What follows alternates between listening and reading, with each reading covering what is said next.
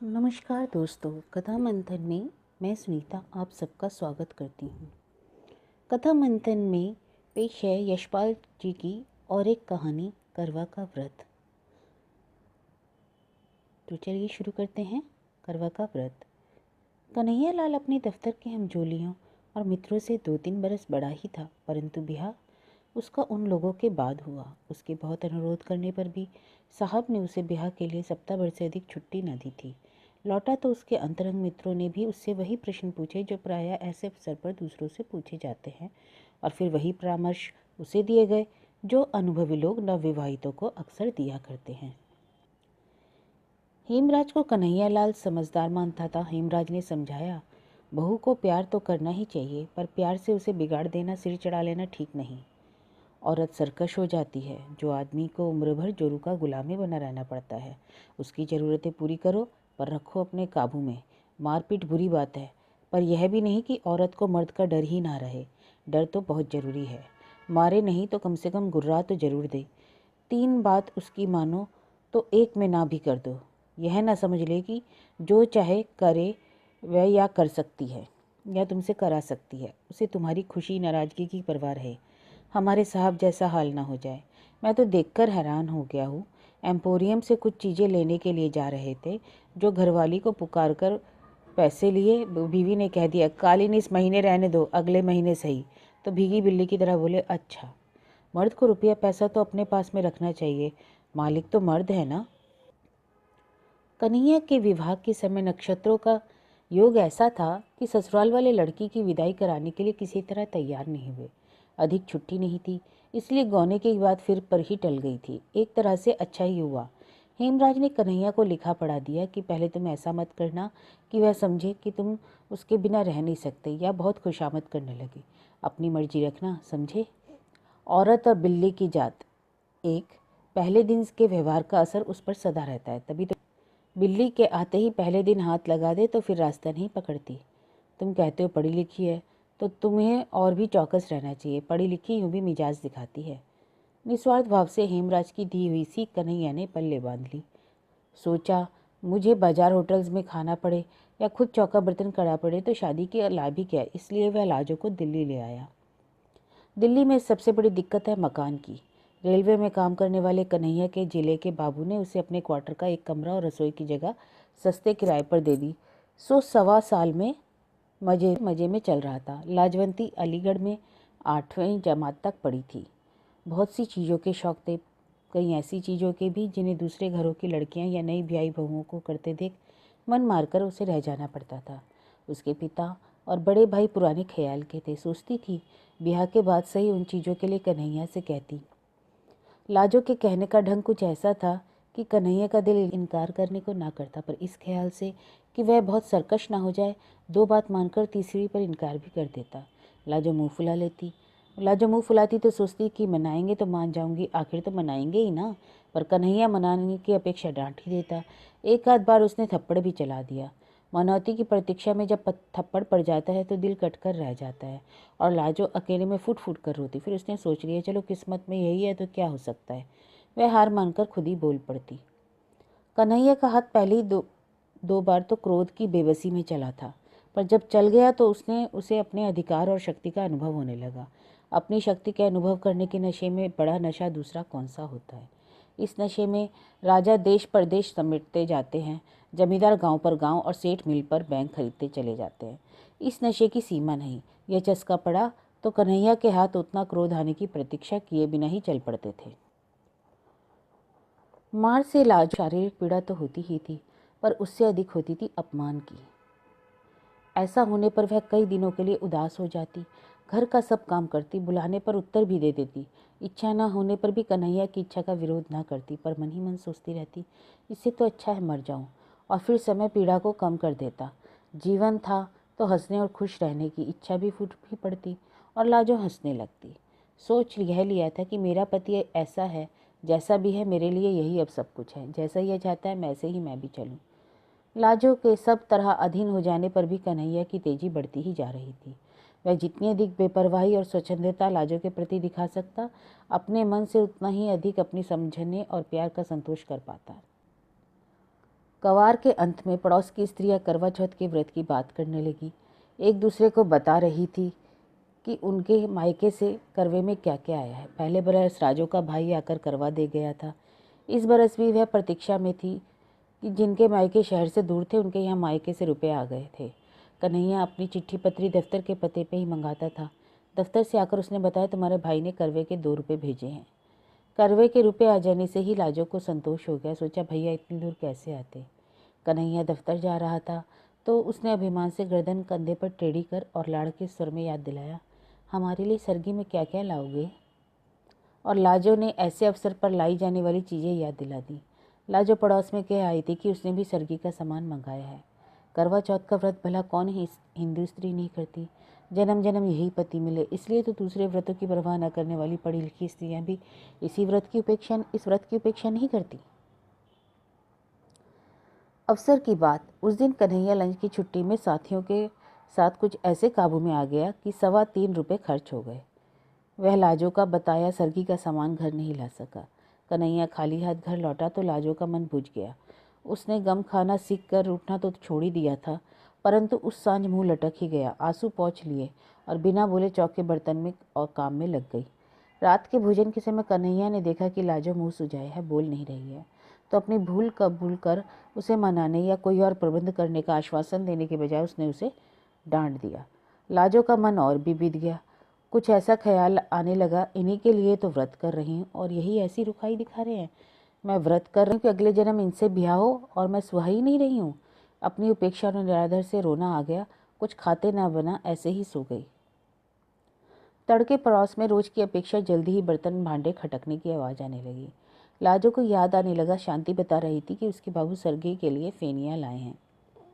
तार वाले बाबू की घरवाली ने बताया कि खोए की मिठाई लाए हैं। लाजो ने सोचा, उन मर्दों को ख्याल है ना, हमारी बहू हमारे लिए व्रत कर रही है, इन्हें तो जरा भी ख्याल नहीं।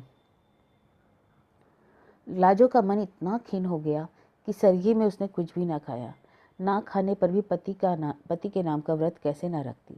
सुबह सुबह पड़ोस की स्त्रियों के साथ उसने भी करवे का व्रत करने वाली रानी और करवे का व्रत करने वाले राजा की प्रेयसी दासी की कथा सुननी और व्रत के दूसरे उपचार निभाए।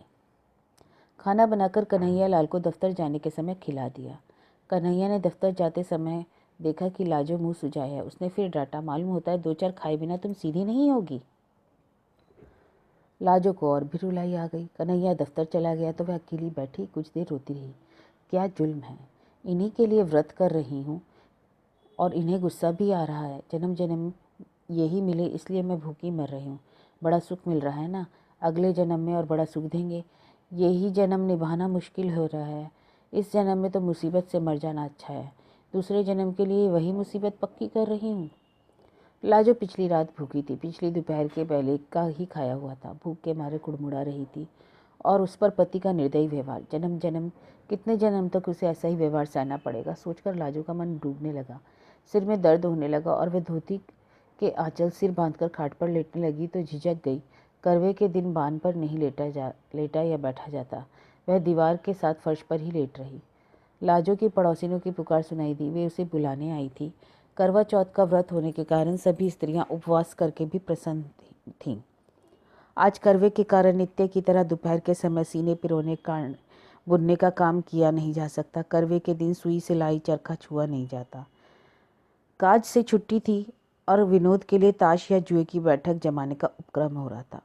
वे लाजो को भी उसी के लिए बुलाने आई थी। सिर दर्द और मन के दुख के कारण लाजो जा नहीं सकी। सिर दर्द और बदन टूटने की बात कहकर वह टाल गई। फिर सोचने लगी, ये सब तो सुबह सुबह सरगी खाए हुए हैं, जान तो मेरी निकल रही है। फिर अपने दुखी जीवन के कारण मर जाने का आया और कल्पना करने लगी कि करवा चौथ के दिन उपवास किए किए मर जाए तो इस पुण्य से जरूरी यही पति अगले जन्म में फिर मिलेगा। लाजो की कल्पना बावली हो उठी। यह सोचने लगी कि मैं मर जाऊं तो इनका क्या है, और भी हलेंगे और जो आएगी वह भी इनके लिए करवा चौथ का व्रत करेगी। अगले जन्म में दोनों का इन्हीं से ब्याह होगा, हम सौते बनेंगी।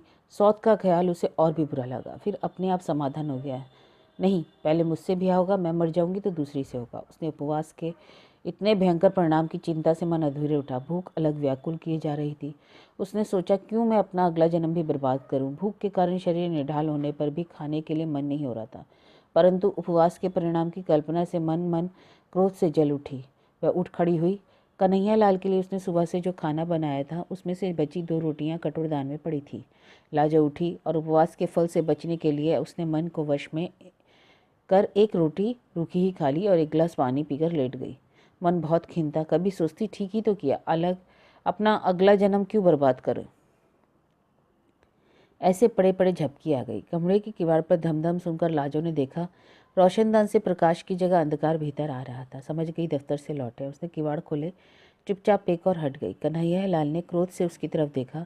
अभी तक पारा नहीं उतरा, मालूम होता है मैं झाड़े बिना नहीं उतरेगा। लाजो के दुखे हुए दिल पर और चोट पड़ी और पीड़ा क्रोध में बदल गई। कुछ उत्तर न देकर वह घूमकर फिर दीवार के सहारे फर्श पर बैठ गई। कन्हैया लाल का गुस्सा भी उबल पड़ा।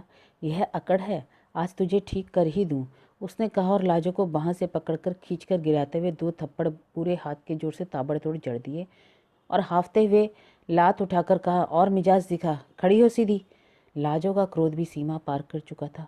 खींची जाने पर भी फर्श से उठी नहीं और मार खाने के लिए तैयार हो उसने चिल्लाकर कहा, मार ले, जान से मार डाल, पीछा तो छूटे, आज ही तो मारेगा। मैंने कौन व्रत रखा है तेरे लिए जो जन्म जन्म मार खाऊंगी। मार डाल, आज मुझे मार ही डाल। कन्हैया लाल का लात मारने के लिए उठा पांव अधर में ही रुक गया। लाजो का हाथ उसके हाथ से छूट गया। वह स्तब्ध रह गया। मुंह में आई गाली भी मुंह में ही रह गई।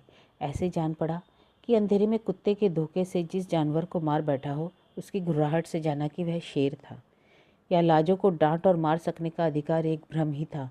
कुछ क्षण वह हाफता हुआ खड़ा सोचता रहा और फिर खाट पर बैठकर चिंता में डूब गया। लाजो फर्श पर पड़ी रो रही थी। उस ओर देखने का साहस कन्हैया लाल को ना रहा। वह उठा और बाहर चला गया। लाजो फर्श पर पड़ी फूट फूट कर रोती रही। जब घंटे भर रो चुकी तो उठी। चूल्हा जलाकर कम से कम कन्हैया के लिए खाना तो बनाना ही था। बड़े बेमन से उसने खाना बनाया। बना चुकी तब भी कन्हैया लाल लौटा नहीं।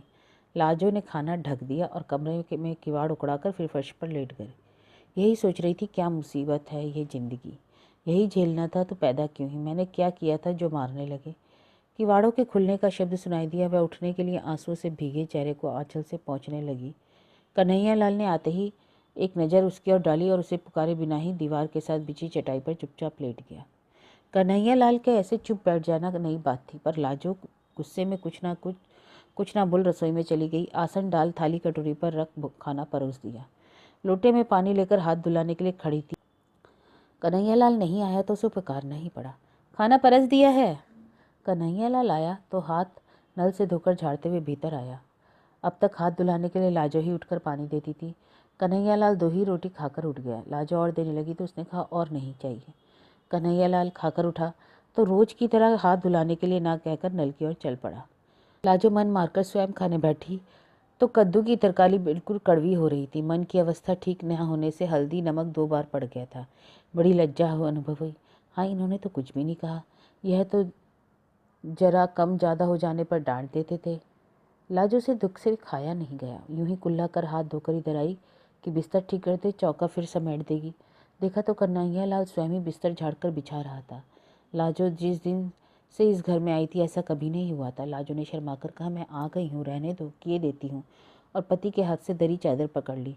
लाजो बिस्तर ठीक करने लगी तो कन्हैया लाल दूसरी ओर से मदद करता रहा। फिर लाजो उसको संबोधित किया, तुमने कुछ खाया नहीं, कद्दू में नमक ज़्यादा हो गया था। सुबह और पिछले रात भी तो तुमने कुछ नहीं खाया था। ठहरो, मैं तुम्हारे लिए दूध ले आता हूँ। लाजो के प्रति इतनी चिंता कन्हैया लाल ने कभी नहीं दिखाई थी, जरूरत ही नहीं समझी थी। लाजो को उसने चीज़ समझा था। आज वह ऐसे बात कर रहा था जैसे लाजो भी इंसान है, उसका भी ख्याल किया जाना चाहिए। लाजो को तो शर्म आ रही थी और अच्छा भी लग रहा था। उसी रात से कन्हैया लाल के व्यवहार में एक नरमी सी आ गई। कड़े बोल की तो बात क्या, बल्कि एक झिझक सी हर बात में, जैसे लाजो के किसी बात के बुरा मान जाने की या नाराज हो जाने की आशंका हो। कोई काम अधूरा दिखता तो स्वयं करने लगता। लाजो को मलेरिया बुखार आ गया तो उसने चौके के समीप नहीं उसे जाने दिया। बर्तन भी खुद साफ कर लिए। कई दिन तो लाजो को बड़ी उलझन और शर्म महसूस हुई, पर फिर पति पर और अधिक प्यार आने लगा। जहाँ तक बन पड़ता घर का काम उसे नहीं करने देती। यह काम करते मर्द अच्छे नहीं लगते, ऐसा वह कह देती थी। उन लोगों का जीवन कुछ दूसरी तरह का ही हो गया था। लाजो खाने के लिए पुकारती थी तो कन्हैया जिद करता, तुम सब बना लो, एक साथ बैठकर खाएंगे। कन्हैया पहले कोई पत्रिका या पुस्तक लाता था तो अकेला मन ही मन पढ़ा करता था। अब लाजो को सुनाकर पढ़ता या खुद सुन लेता। यह भी पूछ लेता, तुम्हें नींद नहीं आ रही? इस प्रकार साल बीतते हुए मालूम ना हुआ। फिर करवा चौथ का व्रत आ गया। जाने क्यों लाजो के भाई का मनी ऑर्डर करवे के दिन ना पहुंचा। करवा चौथ के पहले दिन कन्हैया लाल दफ्तर जा रहा था। लाजो ने खिंता और लज्जा से कहा, भैया करवा भेजना शायद भूल गए हैं। कन्हैया लाल ने सांत्वना के स्वर में कहा, तो क्या हुआ, उन्होंने जरूर भेजा होगा। डाक खाने वालों का हाल आजकल बुरा है। शायद आज आ जाए और 2 दिन बाद आ जाए। डाक खाने वाले आजकल मनी ऑर्डर के 15-15 दिन लगा देते हैं। तुम व्रत उपवास के झगड़े में मत पड़ना, तबीयत खराब हो जाती है। यूं कुछ मंगाना ही है तो बता दो, लेते आएंगे। पर अब व्रत उपवास से क्या होता है, सब ढकोसले हैं। वाह, यह कैसे हो सकता है, हम तो जरूर रखेंगे व्रत। भैया ने करवा नहीं भेजा ना सही, बात तो व्रत की है, करवे की थोड़ी है, लाजो ने बेपरवाही से कहा।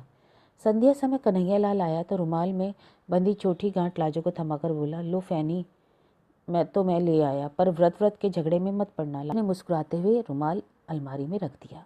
अगले दिन लाजो ने समय पर खाना तैयार कर कन्हैया को रसोई से पुकारा, आओ खाना परस दिया है। कन्हैया ने जाकर देखा खाना एक ही आदमी के लिए परसा था। और तुम, उसने लाजो की ओर देखा, मेरा तो व्रत है, सुबह सरगी भी खा ली, तुम अभी सो रहे हो। तुम तब सो रहे थे।